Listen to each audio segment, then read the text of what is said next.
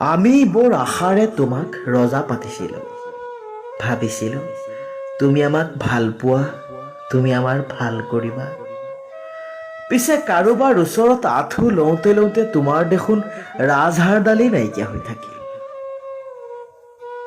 মণিৰাম, পিয়লি, কুশলে দেশৰ বাবে লোৱা সেই ফাঁচী জৰিডাল তুমিচোন ওলোটাই দেশকেই পিন্ধাব খুজিছা।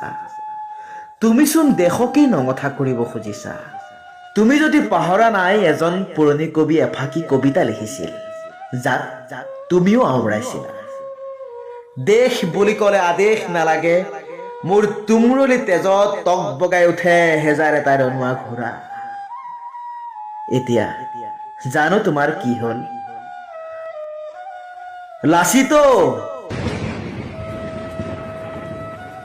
তুমি এৰি থৈ যোৱা অসম দেশ আৰু নাই। লৰে শুন গঞাবা, আজিৰ অসমীয়াৰ নাই তোমাৰ নিচিনা বল পিঠা। কৰি দলাদলি, কৰি ঠেলা ঠেলি আজি হবলৈ ওলাইছো অসমীয়া নিজৰ ঘৰতেই অঘৰী।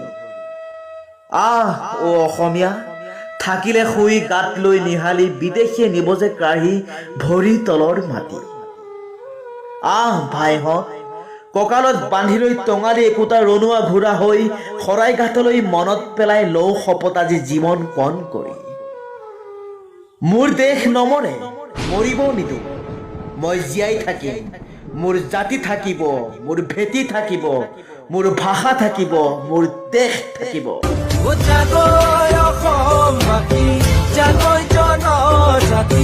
নহলে নৰব আমাৰ মাটি ভেটি, নহলে নৰব ভাষা সংহতি।